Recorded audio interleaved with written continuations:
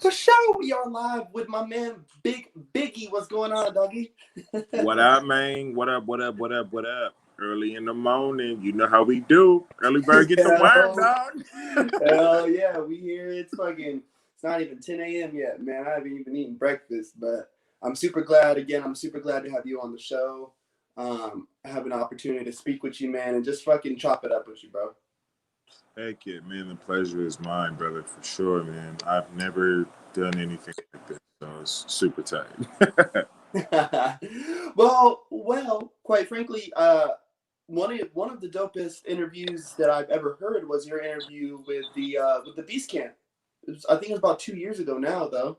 Oh yeah, heck yeah, man. Heck yeah. That was a dope platform that Beast was doing, man. I thought that was really, really tight. And it was cool just to see like some of people I came up with and some of my OGs on there, and just to hear their experience with Crump and stuff like that. So and then for me to be on there was super tight. And so, even speaking on that, for people who might be listening who might not know who you are, can you give them just like a real short introduction about who you are and what you do? So my name is Biggie, aka Bad Guy 9, BIG. I'm a Crump dancer and I am a fitness instructor. And I'm Biggie. You know what I'm saying? Yeah, man, and that's really dope how you said that. Like, I'm Biggie. Like, you are somebody. I feel like, you know, you are what you get. Like, type of person. Like, when somebody meets you, like me, even personally, when I met you, it's like, you get what you get when you meet this guy. Like, there's nothing really kind of tucked in the corner over there. There's nothing kind of in his back pocket. He's just, Right, it's a pretty straight up feeling, man. right. Um, yeah, and even on that, bro, like it's been pretty crazy because I know, like, for a while you've been in Crump since you were like real young. Like, you're still super young now, but you were in since like what, like 14, 15 years old? Nah, man. I started Crump dancing. I had got into clown dancing for a little bit because my brothers. I'm the youngest out of all my brothers, which is Mm-hmm. Psycho, 20 Kills, and Big Stucks. I'm the youngest. I'm the youngest. So when when my brothers were clown dancing, they had they didn't clown dance for long. They clown danced for a little bit, and then soon as Crump, like they got introduced to Crump, they made the transition instantly. In me, it was like literally I probably clown danced for like a week.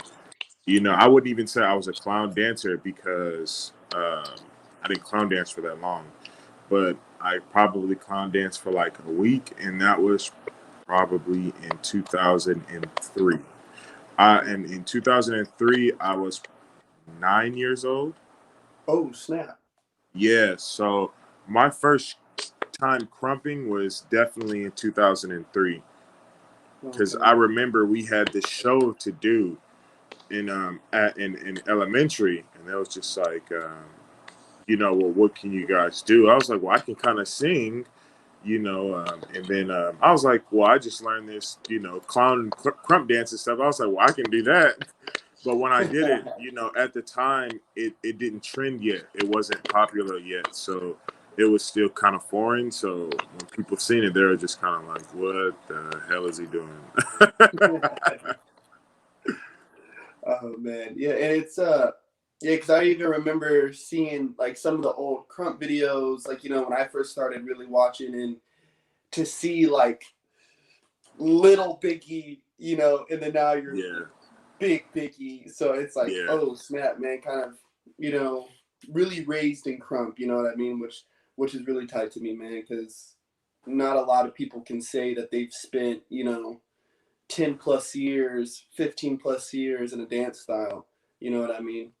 Um, yeah, man. It's crazy because when I started crumping, there from 9 years old to 26. I'm 26 now. From 9 years old to 26, there wasn't a time where I have not crumped. There wasn't a year where I didn't crump.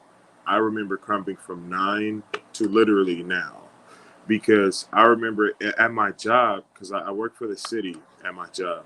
So, and then my supervisor, I kept telling her, like, you don't remember me. Like, I used to, because she had been working for, she had been a supervisor at my job for over 20 years. And I kept telling her, like, you don't remember me? I was like, I used to come up here as a kid, like, to the rec center, and I used to crump. And she was just like, well, when? And I'm like, you guys had the whole street blocked off. And then it was during this event we have called Snow Day. And she was just like, well, no, we wasn't really doing Snow Day, way back then. She said the only time we did something like that was the anniversary of Moreno Valley. And the anniversary of Moreno Valley was founded, fun fact, Moreno Valley was founded in 1984. So they were doing a 20-year anniversary, and I crumped that day. So the 20 years from 1984 was 2004. Mm-hmm. And I remember being a full-fledged crump dancer at that time. And I was probably like 10. You know what I'm saying? And there was like these different groups in my city and stuff like that. So with that, I can remember going back, 16 years and still vividly, remembering crump dancing. So it's crazy. Like going through elementary, going through middle school, going through high school. Like it's crazy being a crump dancer, going through like all this, like these transitions, and while everybody's getting hyphy, everybody's jerking, everybody's still kind of clown dancing. Like I really had to fight through all of that. Yeah, because the hyphy movement, like, because, in 2004, 5, all the way up until 2009, I was living in North Carolina, bro. And Oh wow. watching the hyphy movement over there, it was weird. A lot of people over there, they would pull up an E40 music video and be like, "Oh, this is crumpin'." I'm like, "Well, I don't think that's crumpin'." I was like, "I think that's Yeah. something else." And that's kind of when I started to learn the difference of the hyphy movement, crump movement, and everything that kind of fell in between that clowning. Yeah. And it's also crazy too to even think, like, when I hear you talk about it, bro, like you're so entrenched in it, your family's so entrenched in it. Like the Yates, for people who don't know, the Yates family, the boys are all magnificent crumpers, music producers, and very thankfully, bro, because I got to experience it. Your dad very entrenched in it. Papa Psycho, and you guys had the garage session, bro, which was Yeah. you know, it was like a hot spot for crump. Like if you like, matter of fact, shout out Sherwin because he commented on the stream. But me and Sherwin were talking about it. Was like there's certain places where you can go and crump, like the 818s, like. Right. People save up money like from Japan and have dreams of going to the garage sessions, you know what I mean? Or they save up money to have a chance to go to an 818 or a Buckster or whatever. And you Right. guys, that's your family. Like you guys were the garage session, man. Yeah, man. That shit was dope. I remember going. I went to the second to last one. And it was so insane, like when I walked in the garage and just to see people, there's people standing up on a couch, they're standing up on boxes over here, and it's like, Yeah. holy shit, dude, my dad would never be cool with this, but it was so tight to see that your family was cool with all of us coming and expressing ourselves and just having that safe place, bro. And what would be for you, what would be one of your favorite garage session moments, like for you personally? Man, favorite garage session moments. Man, there's just so many, because even we had a garage before the garage, which was Oh shit. yeah, like there was a house we used to live around the corner. It's crazy because I remember when we started looking for a house, like when we started looking for another house, our main thing was this. we have to either have a big backyard or a big garage for sessions. Like, Mm. that's what something like my mom and dad even used to look for was like, okay, well, we used to look at houses like, well, we can't move here. The garage isn't big enough. Like, how are we going to have sessions? Well, we can't move here because the backyard isn't big enough. How are we going to have sessions? So that was like, that was crazy, like how that transpired. But like, there was a garage before the garage that people see now, which is, like I said, the house around the corner, which is where Federation, a old crew that we used to have, Federation and Crumb Kings battled. Oh, that Yeah, was because of the that's garage.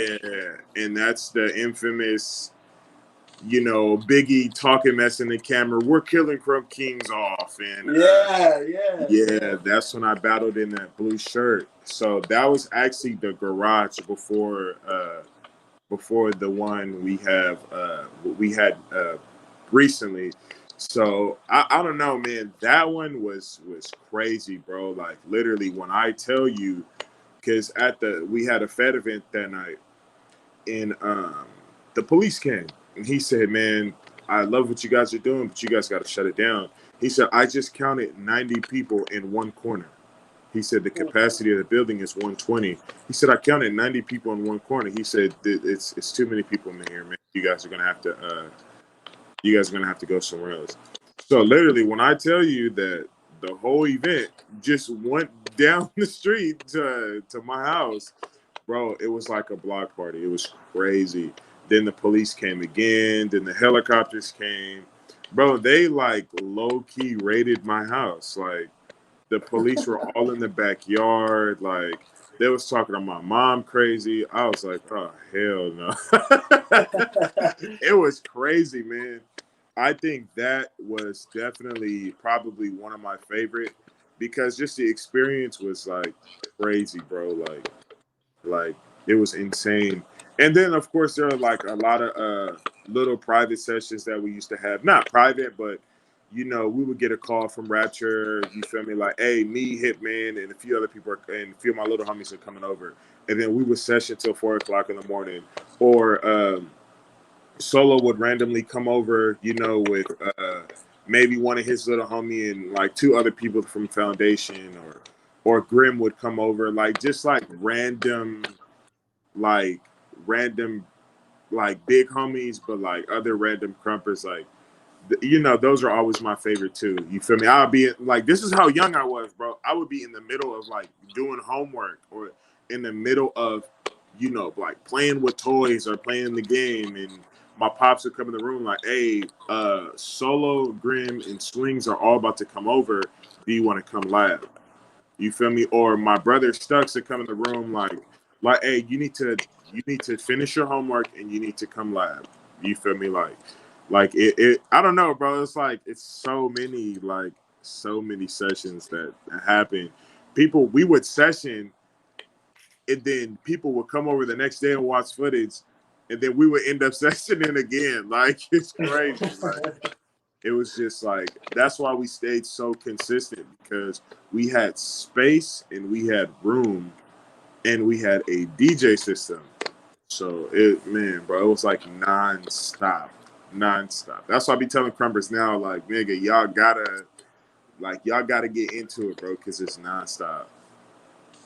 Bro, and it's it's really inspiring to hear because, you know, like you were saying, you've been nonstop since you started, and just to not only have that the longevity, like you know what I'm saying, like to say like I've been going since 2003, 2004.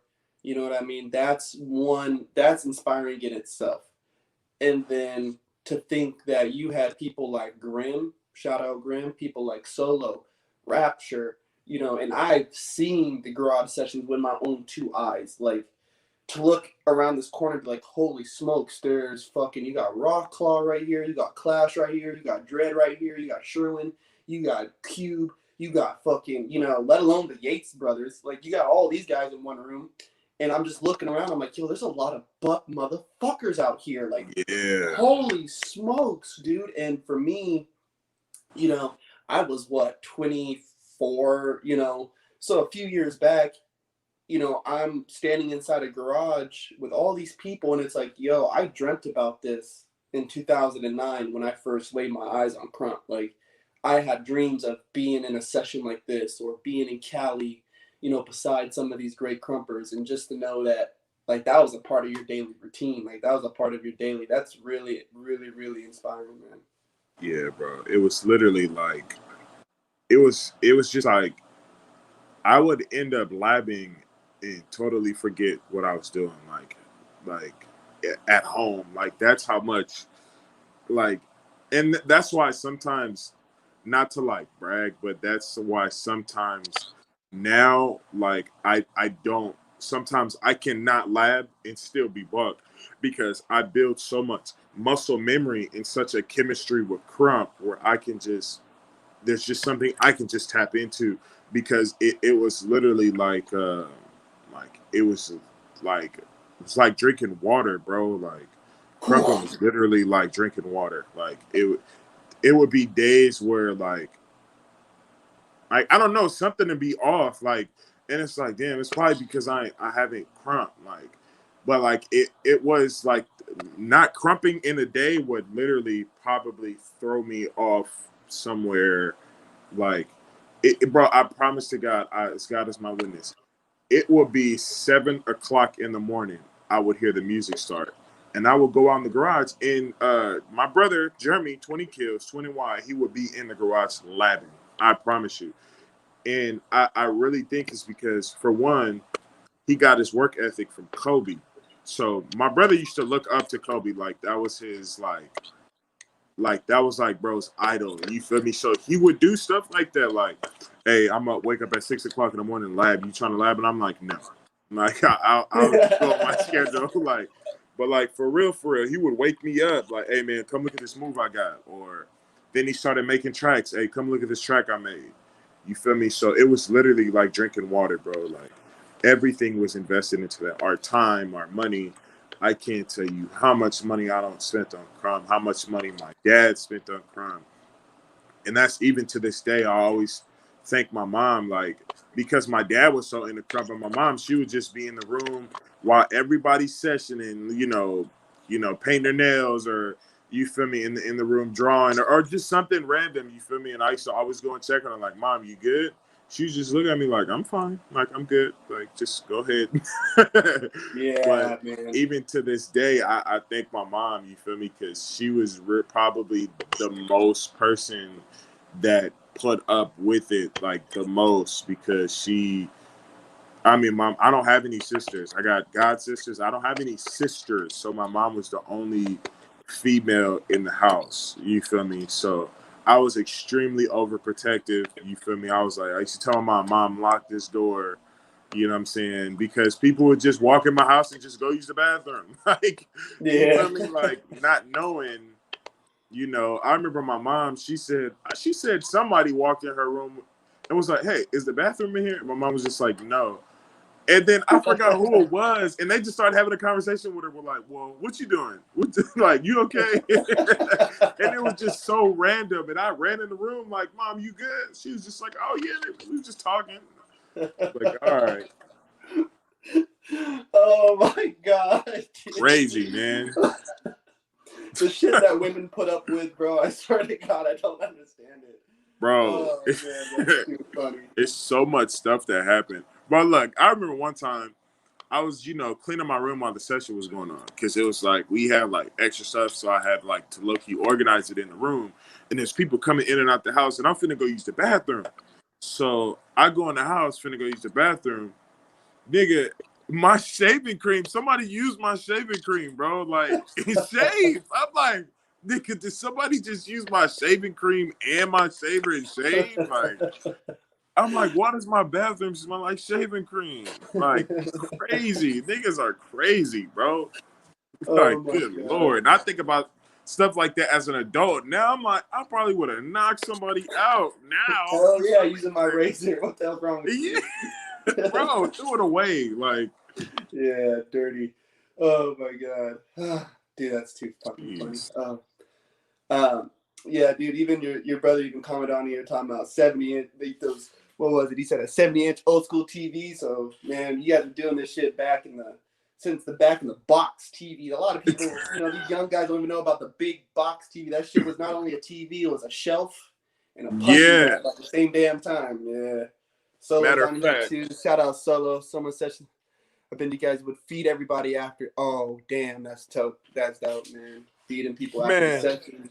Real I finish. remember, I asked my dad. I said, "Hey, pops, can I borrow some money for like to get something to eat after I'm a kid?" He was like, "Man, I just gave my last money to, you feel me, to the other dancers." I'm like, "So you mean I gotta go here and make a bologna sandwich?"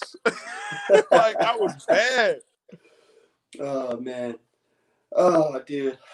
And it was so I was even so it was really thought inspiring right now to hear like how you guys have your work ethic as far as like 20 kills with Kobe.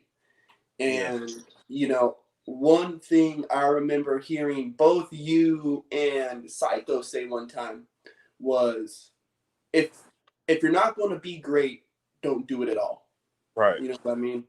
And so now you're also doing all your stuff with fitness that I'm starting to see. Well, you've been on fitness, but now you're really starting to get more and people involved and starting to kind of lead them through that. So for everybody, kind of explain what you're trying to do as far as your health and fitness lifestyle that you're building.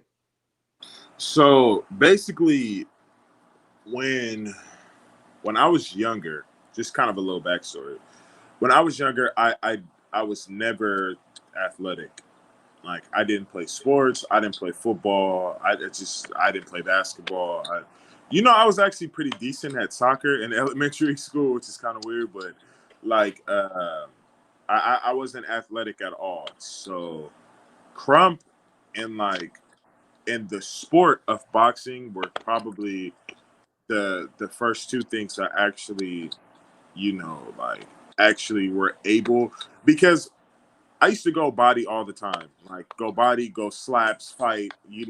So I was like, man, if I'm gonna be good at this, is like kind of like during like the Crump stage, like when I started, I'm like, if I'm gonna be good at anything, it's probably gonna be boxing. So I got into that for a little bit, just not like actually boxing, but like just training, and I got into that as I got older. And then of course, crumping was like my main go-to thing. But during those times, like I had gained weight, you know what I'm saying? And I was always the fat kid, especially out of my brothers. I was the big kid, just as far as like never really being athletic or anything like that. So, and then I remember they used to throw me out the session. I used to be white. They used to be like, man, get your little fat self out the session. And so like low key that stuck with me. So as I got older, I just kind of like stretched out, and then I started losing weight. Then I had gained it back, and then I was having health problems. So my just like my daily health problem, I would have like heartburn. I would just get these really bad headaches. My back would hurt. My knees would hurt. And this is all like from crumping. It's like from crumping, but it's from being overweight. Like I probably wouldn't have had these problems if I wasn't overweight. So I was literally having these problems every day. And then I remember my sister-in-law, we actually went to San Diego, and she had took me out to eat, and we were eating. And then I was eating, and she was like, Biggie, what's wrong with you? And I was like almost crying because I had so much heartburn. I was like, man, I said, I cannot eat any more of this. I said, I'm having excruciating heartburn. And then from there, I think that's when I was just like, man, I can't do this anymore. I got to start eating healthy. You know, um, I want to live longer. And then, I have a history of like diabetes in my family, and I have a history of high blood pressure in my family, and cancer and things like that. So I just literally took the step just to say, all right, I'm gonna start eating right. I'm gonna start exercising. And then I did my research, and then now I have a fitness page. It's called Crump Fitness and Health and Fitness. So I have that page, which is pretty much, I do like free everything's free. Free tutorials. I'll do like like a free workshop. I'll put like advice in there, motivation in the page, just different things like that. And I just really want to take it on another level because I know me being 26, I should not have certain pains in my body that I have. Like my knuckles hurt, my knees hurt, my back hurts. And I sometimes I feel like an old man.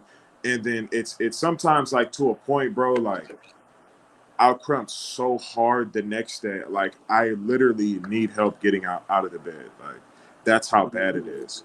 And when I got into my car accident, me and my dad a while ago, a few years ago, uh, I got a scan on my body with my joints, my muscles, and stuff like that.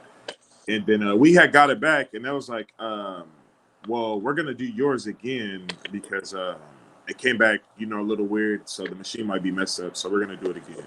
So I'm like, okay, no problem. So they did my scan again. So they talked to me privately. So they was like, so the reason why we did your scan twice is because yours and your dad's are similar. They was like, but your dad's in his 50s, so he has wear and tear on his ligaments and in his bones. So it's normal for his to look like that. But they said, but for yours to be similar to his is a problem. It was like, so Mm. whatever you're doing, you either need to slow down or you need to stop. And then during that time, I had got into powerlifting. So I was like powerlifting and crumping. You know what I'm saying? So, but I was still kind of in shape, but I was like doing both. So it's like now it's kind of like just to really bring awareness, man, because, you know, I know everybody wants to crump for a long time, but honestly, bro, like the wear and tear that it has on our body is, we might as well be playing football. I Yeah. mean, only thing we're not doing is like running into other people, not unless you're certain people, but that's really the only thing that we're not doing is it's like straight on contact collision. I mean, we're hitting the ground, we're stomping our feet, which has wear and tear on our joints and our feet, and a lot of us aren't stretching, a lot of us aren't taking the proper precaution, and that's really what I'm here to help for. Because, like I said, bro, I'm 26, and I should not, have to wake up cracking certain bones every morning just to feel some type of relief.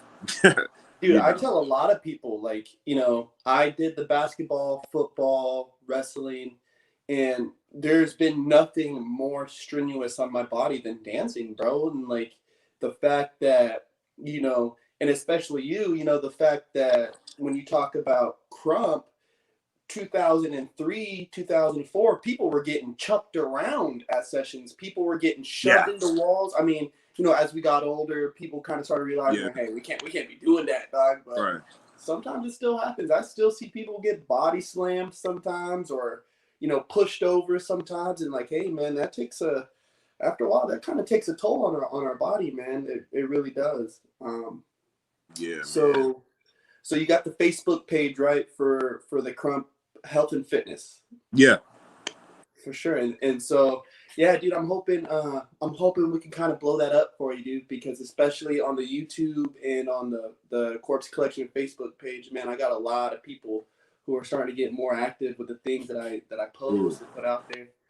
Um, if anybody else watching, what would be if they were wanting to start their journey to get more healthy and a little more fit, what would you suggest to be their first step for them to kind of take that path? My first step. Okay, so there's a difference between being healthy and then somebody just wanting to be fit. So when you have somebody that wants to be healthy, usually the fitness part comes like after, or usually the fitness part comes first. For me, I wanted to just be healthy. So Mm, before I even started working out, I was literally probably eating healthy for like 3 months. I didn't even at that point I was like, man, I don't even care about about being buff. I don't care about having a six pack. I don't care about none of that. I just want to get rid of these this ill feeling I have every time that I eat.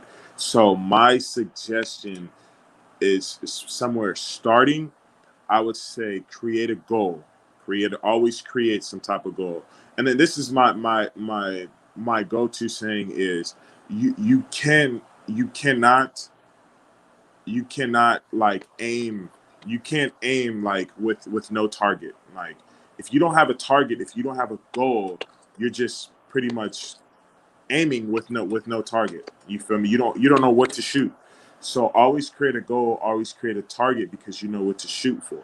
You know what I'm saying? Even if it's a big target or if it's a small target, always aim for something that you can hit. You know what I'm saying? So if you have a goal, create a goal that you can hit. So don't like a lot of people come to me and like, hey Biggie, I need help. I just want to get buff. It's like, okay, well, do you want to get lean? Are you trying to get bulk? Are you trying to cut? Like, what are you trying to do? So my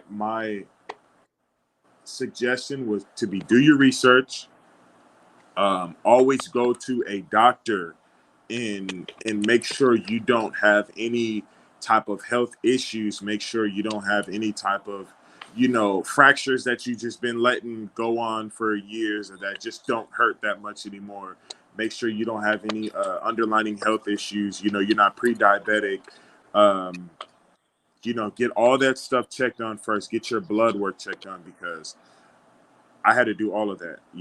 Get your blood work checked on, get examined, and then create a goal. Create a goal. How much weight you want to lose by this time, how you're going to lose weight. And do not forget water is your best friend. Oh yeah. Water is your best friend.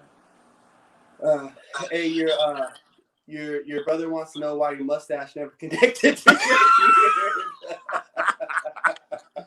That has to be 20 kills, man, because Psycho's probably still asleep. Yeah, Jeremy. Man, I really want to, man, Jeremy, if you're listening, bro, I really want to get you on the podcast too, bro. I'd really love to hear some of your story and give you an opportunity to speak too. So we'll talk about that later.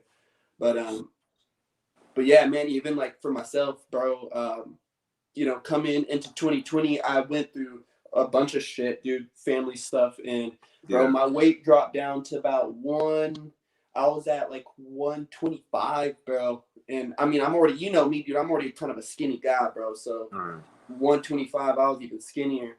And I kind of, with the help of the fam and shit, I kind of got myself back in a healthy position. And now I'm back up to about 155. And now good. I'm starting to say, okay, let's get some running in. Let's get a little bit of weightlifting in. Let's get some push-ups in. Drinking, 64 fluid ounces of water every day. Like, That's making good. sure. Yeah. So that's dope, man. Because even myself, I'm wanting to make sure that my health and my fitness after, because I believe in health and then fitness. Right. I want to make sure it's in check because I got a little boy, man. I gotta stay alive. I mean, I gotta be healthy. Right.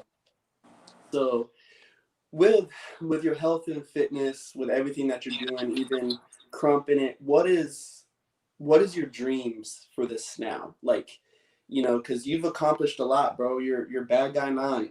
Like a lot of people, a lot of people can't say that they're a student of a creator of a dance style. So you've accomplished. I remember watching you battle. Even at the Beast Camp Championship against Little NY, like motherfuckers went off. Like, so it's like, yo, I've seen you perform on big stages. I've seen you battle at sessions. I've seen like you've became a certain caliber of dancer. So now looking out, like, so what's some of your dreams with all this? What's something that you hope to see in the future? I would say one of my dreams, like I have a personal dream for myself and just a dream for Crump. So one of my personal dreams, like inside of Crump, is really, it's gonna seem simple, but it's really just owning a really big dance studio. Mm. You know what I'm saying? Just a really big dance studio. Because, bro, you will be surprised how many dance studios around the world or in California that we've went to that just do not want Crump there. They just don't. Though, no, we don't do that type of stuff here. Or, well, yeah, you guys can do something and just never hit us back. Just never. And we've gone, extremely professional, with, button up shirts on. And, I've covered my tattoos and I've offered to teach their kids and I've pulled up resumes and it's like nothing works. And there was just one guy in this dance studio in Moreno Valley, and he pretty much told us, like, man, you guys can pretty much have the studio. I bought the dance studio. My wife runs her programs here, but after hours, it's mine. We danced there one time, and we haven't heard from him since. Like, I don't know if he got into it with his wife, like, but he was just so open, like, yeah, I want you to teach here 3 times a week. I'll pay you, you know what I'm saying? Like a job, like I'll pay you 3 times a week. I want you to teach the little girls. I want you to teach the rest of the kids. I want to get some, because I believe it was like a young women's dance studio, but like, I don't know. He was coming off yeah, like, man, nah, don't worry about my wife. We got it. He was an older dude. He was a retired veteran. So, he was like, man, I don't have no time. Like I don't have anything to do. He was like, so anytime y'all here 12 o'clock in the morning, y'all want the keys to come session, just call me. I live up the street. And we like, oh, cool. Like, we finally got a spot. And yeah, lo and behold, we just did not hear from bro no more. Like, just so I just want like a free range studio where we can do whatever, like we can have producers come in and make beats, like a studio in the back, um, just everything, like an after school program, you know what I'm saying, and just have it open, you know what I'm saying, just have it open, have tournaments there, have sessions there, like I said, a workout room, like just literally something like that, bro. That's like something that I want to own. I want my family to own. And if I had that, I would be good, bro. Like, I would be cool It's very because well deserved. It's very well deserved for you, your family, especially knowing how long you guys have been in the game, what your family's contributed to it. And then, just your guys' overall, like, for you guys to have such a stature, you guys are really humble and you guys are really, I don't want to say soft spoken, but you guys, you guys talk in place. So it's like you guys don't like demean people or this and yeah, that. There's a lot of positive coming from you guys. You know what I mean? And yeah, especially like what you're doing with Crump and Fitness and Jeremy, what he's starting to do with the Buckster brand and promoting that a lot. And Psycho is just in all these circles. yeah, He's just a guy that's very easily accessible. I remember talking to him at a session and I was like nervous because I was like, dude, I'm a nobody. Like, is this yeah, guy even gonna speak with me? And he was like, yeah, hey, like, hey, champ, hey, man, you doing good? And I remember he told me, he's like, you got to believe in yourself, man, or nobody else is. I was like, yeah. fuck, like, holy shit. Like, that was really, really powerful to me, man. And it's very well deserved for you guys, bro. And Bro, hopefully, Psycho is Don King, man. He can make anything happen. Psycho is Don King, bro. Like I the way see that. bro I see him moves, like a like, puppet master, bro. I see him. yeah, like, bro, it's crazy. He used to come in the room, like when we used to have Fed events, he used to be like, hey, guess who I got battling? I got so and so versus so and so. I'm like, how did you get that? Like, what did you say? What did you offer to these niggas to make them want to battle each other? Like, what did you do? Like, just spark up random beef. Like, hey, cuz, look, so I got these niggas to battle each other. They gonna tag team like against so and so. Bro, he got Bash in Twin Bash, which is Skyboy at the time, versus Solo and Grim. Like, how do you do? Like, what did you do? Like how did you, bro? And that was the craziest battle ever. Like, bro, it's Don King, man. The nigga, I don't know how he does it. Like, I mean, and it's like I'm out there, like I'm in the field working. And then when I throw a session, people will come, bro. People will come. But for some reason, when Psycho does it, bro, I don't know how he does it, but people just flock. Like I don't know what it is. Like he's the man. Like, and even Psycho won't dance for a year. He throw a random session, bro. It'll be 30 niggas there, like easy, and it's just so weird. That's why I be like, hey, Psycho, throw a session, like because he just I don't know, bro. He just has it. He just has it, man. He has the gift of God, bro. Like he just For niggas real. not a king. Yeah, man. He reminds me, if I could compare him to somebody too, like, because some people won't know for sure who Don King is, but it's like, hey, you know who Dana White is from the UFC. Like he Thank reminds me you. like reminds me of a Dana White, bro. He can put together some crazy brawls. Yeah, Some of man. the, I remember he did a live feed one time and was wanting to match people up for some battles, and I was just like, yo, these are some like these aren't just random fucking battles. Like, these Yeah. are fuck battles. Like this is amazing. Dude, again, Biggie, bro, I'm really thankful that you came on the show, bro. Is there any gem or little advice that you want to throw to everybody before we hop off, man? Man, I would really just say, like, as far as Crump goes, lab, create muscle memory. Literally, it has to be like if you want to be great at it, it has to be like drinking water. So you have to like want it. You know what I'm saying? You have to practice. I was literally crumping in grocery stores, like because I would get cut off from dancing to my mom, like, hey, you need to come to the store with me, you know.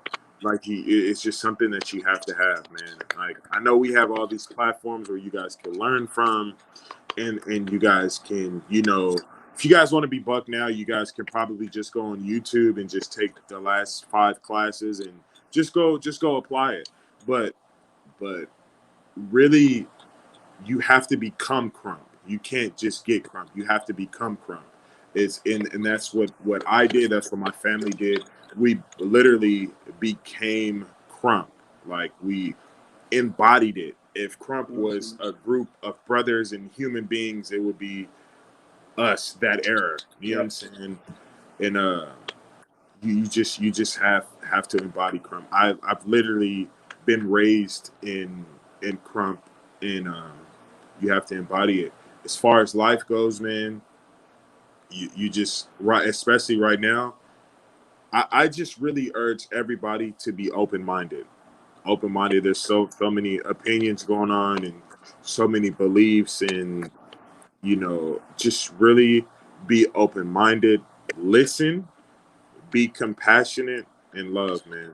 That's the best thing I can give you, man. It's just be compassionate, be open minded, love, and just spread peace, man.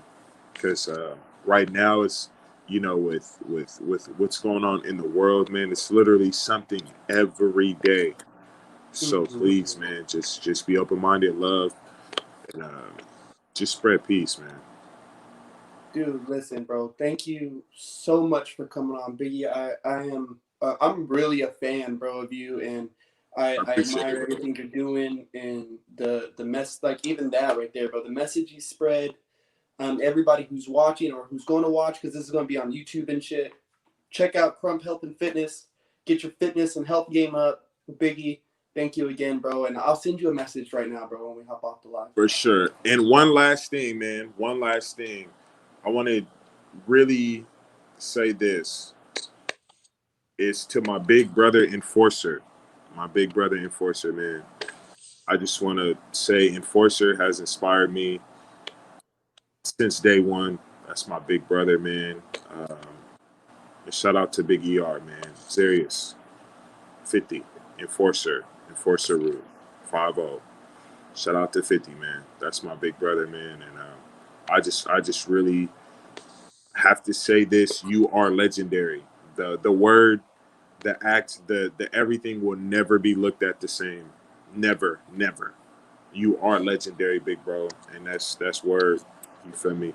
Legendary 50, and that's it, bro. That's all I got. Long live 50, man.